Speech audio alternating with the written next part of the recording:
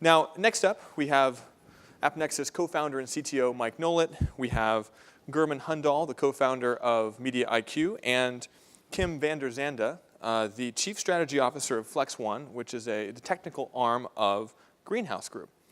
Take it away. Thank you very much, Brian. So this morning, we heard a lot about very large, very significant companies and what they're doing. And I'm very excited to be here today and talk with really two entrepreneurs who are really on the ground in both the UK and Netherlands, bringing programmatic buying to these markets. So I thought it'd be really nice just for you guys to start, and maybe Kim, you can tell us a little bit about FlexOne and the Greenhouse Group and what you guys are doing. Thank you, Mike. So today I heard there is some kind of confusion about people hearing stories about Blue Mango, FlexOne, maybe Fresh Fruit, and I can imagine that, so let me explain. We are all part of the Greenhouse Group, which is a Dutch holding for 6 companies specialized in different areas of digital marketing. Within the group, we have 2 agencies that work for really large brands in our country. And from a display perspective, we work with AppNexus to run all our display campaigns. The reason why we chose to work with AppNexus is actually because we can innovate on top of the platform. And as Brian said this morning, to take it from 10% of usage of the platform to as far as 100% if we are able to. With last year's announcement of the apps marketplace, we also saw a real viable business opportunity of creating a new company that really focuses on creating innovation on top of the platform and to not only use it within the group, but also sell it to other AppNexus clients in the marketplace. So early this year, we started FlexOne, the Greenhouse Group's tech arm. Got it, thank you.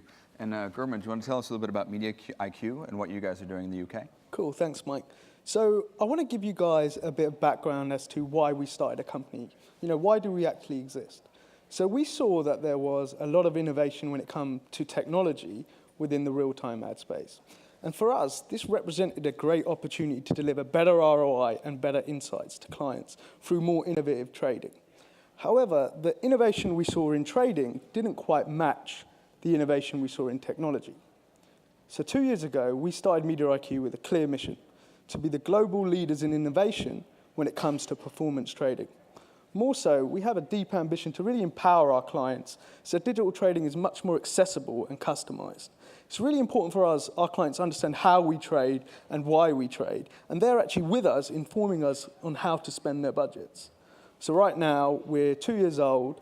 We, with our agency partners, currently trade for over 200 clients on a global scale. We've got offices in India, Germany, UK, and we've recently launched here in the US, based out of New York. And I think one thing that's really exciting about both of these companies is that, German, you haven't taken a single penny of venture money, right? So the entire company is self-funded by the 2 founders. I believe Greenhouse Group is also entirely private, and I believe both profitable business. So very exciting to see what these guys are doing with actually very little capital investment. So German, let's talk a little bit. This morning we heard a lot about differentiation. Tell us a little bit about how you differentiate yourself in the market. So what sets you guys apart from everyone else? How do you guys compete? Yeah, I can't really point to one aspect of our business in how we differentiate ourselves. It's actually a combination of 3 things. It's our strategy, our technology, and our people. So our strategy is to focus solely on trading. And for that, what that means is that every decision at Media IQ is focused on the end ROI and insight for the client. So that requires us to be completely flexible in everything we do, to be able to offer full levels of transparency to everyone we're trading with, and to really try and customize the planning and buying process for clients. Then when it comes to technology and stemming on from what was said today, we're focusing on building technology in the areas of trading. And we want to build on top of platforms such as AppNexus and other platforms. So we built technology in the area of analysis. So how can we analyze big pools of data to help us predict and plan what to target? And now we're trying to build technology in the areas of bidding. How can we customize the buying process for clients so we can build customized bid algorithms for them? And then, you could have the best strategy in the world and the best technology in the world, but it doesn't really matter if you don't have the great people. And I'm really proud to say we have great engineers, great analysts, great traders, great account managers that connect everything that we do to deliver great ROI and insight back to the clients. So I think we've really differentiated ourselves through a combination of strategy, technology, and people.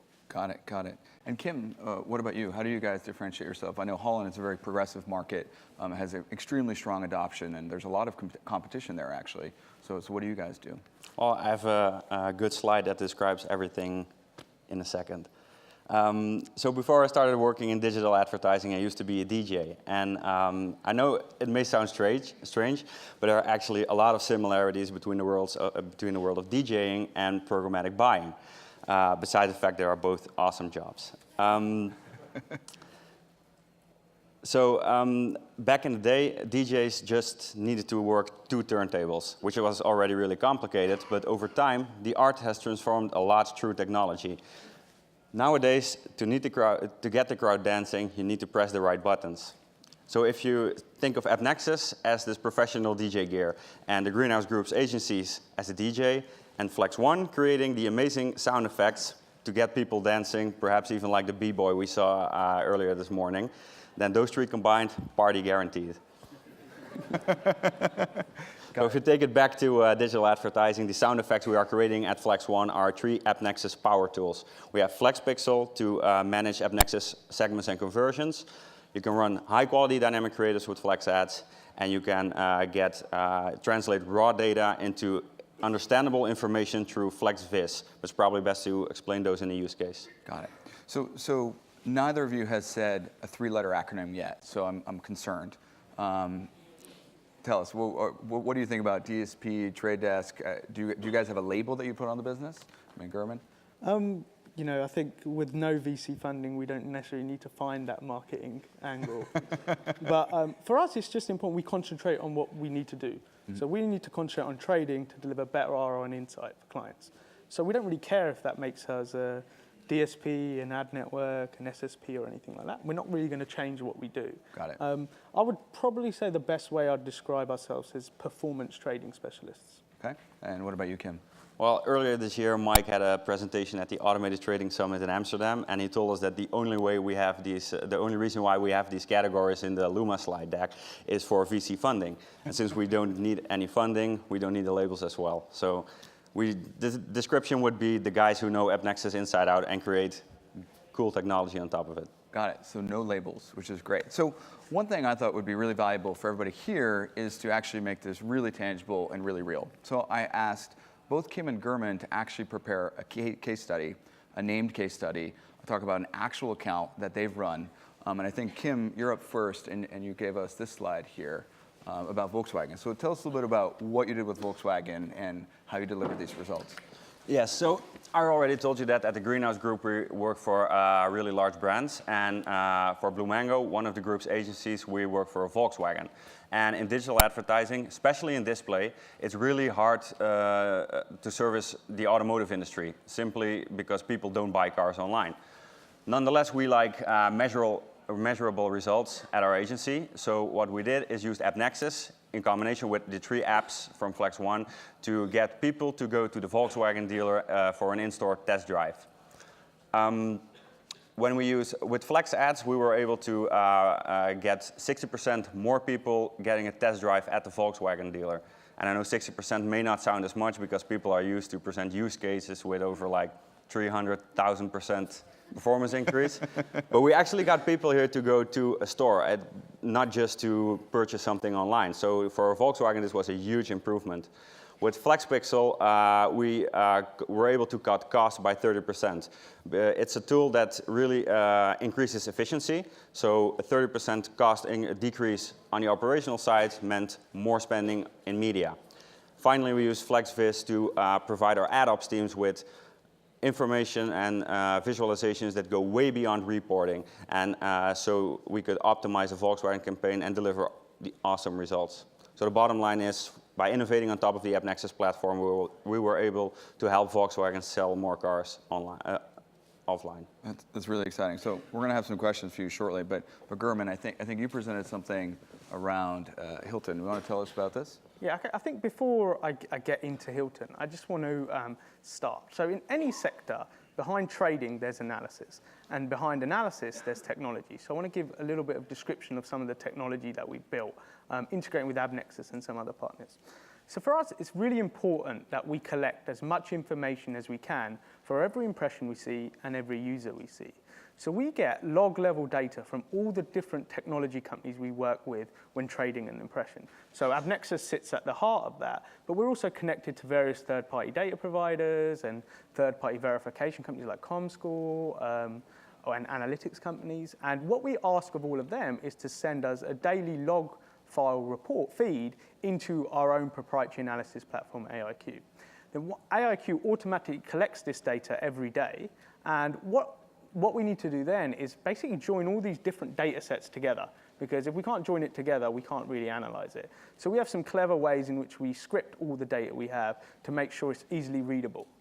And then once we've collected the data and organized the data, then we can start interrogating it. And we use some complex statistical modeling. We have some really cool data scientists that script queries in our platform that help us then predict what to target. So we can really customize the planning stage for clients. So we can predict what to target along with what we'd assumptively target. And I'll give you a use case on Hilton. So for Hilton, we will still do what we call assumptive targeting placement. So we're going to target in-market travelers, hotel accommodation websites. However, based on the vast level of analysis we have, we predict that where we should control our targeting is target people in Liverpool who are logging in at 7 p.m. on a Sunday. Due to the integrations we have with some of the third-party data products, we can build custom audience segments, do some overlap analysis. So in this case, we found people interested in pets were also interested in hotels. And then we can really start, on a contextual level, we can really start homing in on really relevant environments that have historically worked. And every campaign we do, we supplement assumptive targeting placements with predictive targeting placements. And in this case, and with many cases, the predictive targeting placements actually delivered 60% of the total client sales volume, as well as delivering 20% higher ROI. But the really cool thing for me is that the way in which we're trading is we're enriching every trading decision we have with information. And this is simultaneously improving ROI for clients, but also increasing yields for publishers.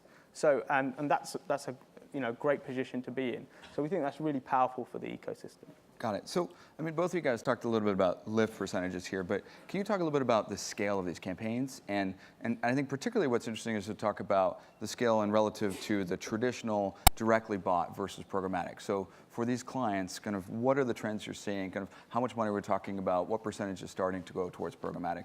And Kim, maybe you can start. Well, we have another client that we work for. It's the State Lottery. It's one of the biggest advertisers in our country. And what we there saw that we were really struggling with display. So we do much more than display. We also do search and affiliates and everything. But within display, we had a real hard time in hitting the goals that our clients wanted to get from us.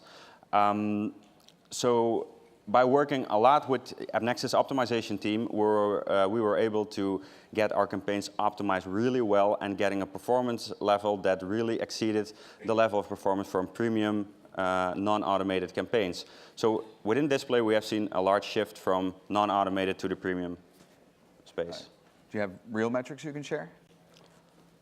Well, we really want to go to 100%. I don't know the metrics by heart, but... Got it. What about you, German? So when we started the business, actually, we started the business on the basis that RTB bought a great opportunity for the market. But we've always leveraged direct publisher deals with RTB deals. Where I guess I see the market, I've got another kind of use case with ExxonMobil through is that RTB is not just about performance. So what these guys actually care about is airtime online, you could say. So they care about that. They've got enough seconds in view in front of their desired target audience. And when we're just doing standard RTB trading, we're hitting those metrics. But now we're trying to reach out to publishers and say, look, you've got great sources of inventory or areas of your site that are really going to matter for a client such as ExxonMobil. So in the areas of private marketplaces, we're seeing that premium level way of trading, increasing the amount of programmatic buying going. And it's just important that you have that dialogue with the publisher so that they know, because they are sitting on all of this great inventory. They just need to be told that, all right, this is actually what will work for the client, and they'll buy that. And so that's where we're seeing that move. So let's talk about sellers for a second here. So Kim, what advice would you have for publishers or sellers that might be out here on how they could get more, either a disproportionate share of your budgets and your money, or help you get more money into programmatic?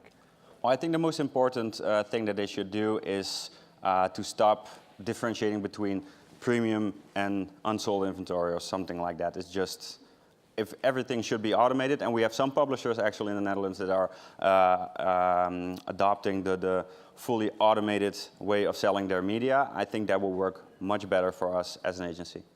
Got it. Got it. And what about the people that you're actually using to run this campaign? So I think it's also often, this morning we talked about quality of people being key, and obviously for entrepreneurship as well. So kind of what's the team that you actually have executing these campaigns? And maybe German, you can tell us about kind of what did you actually have delivering Hilton? What does that team look like? So we almost say there's 4 people on every account that we have. So there's a data engineer that's going to script any custom analysis queries we have. But then sort of more on the sort of day-to-day management of a campaign, we have an analyst and a trader. And the difference is an analyst's job is to really interrogate mass pools of data to recommend what you should target based on historical information. And a trader does need to then take that information, digest it, but the difference with a trader is they have to add that gut instinct feel to it, you know. So sometimes they might not listen to the analysis and they might just trade based on their complete instinct. Like I had a case or a heart attack nearly a few weeks ago where one of the traders said, with a sportsbook client, just said, the football season's about to start and I'm going to spend 40% of the money on Saturday morning. So I was like, whoa, that's, you know, that might not work, but it worked, you know. And the analysis would have never told him to do that. Did he ask for permission or forgiveness? Then I thought we need to change our auditing processes because I think we give too much power to our traders. And then we have the account managers whose real job it is to make sure that our clients completely understand what we're doing and bring in the necessary information to sort of make sure we have a full service offering to our clients. Got it, got it. So we're actually almost out of time, but I do want to ask one more question because Kim and I, you and I were talking about this just before we got on.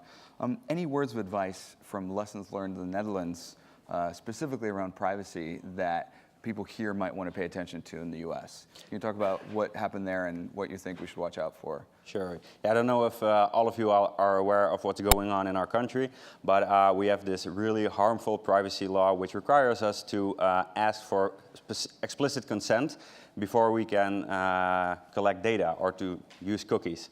So I think partly that's also to blame to the lack of knowledge of the politicians.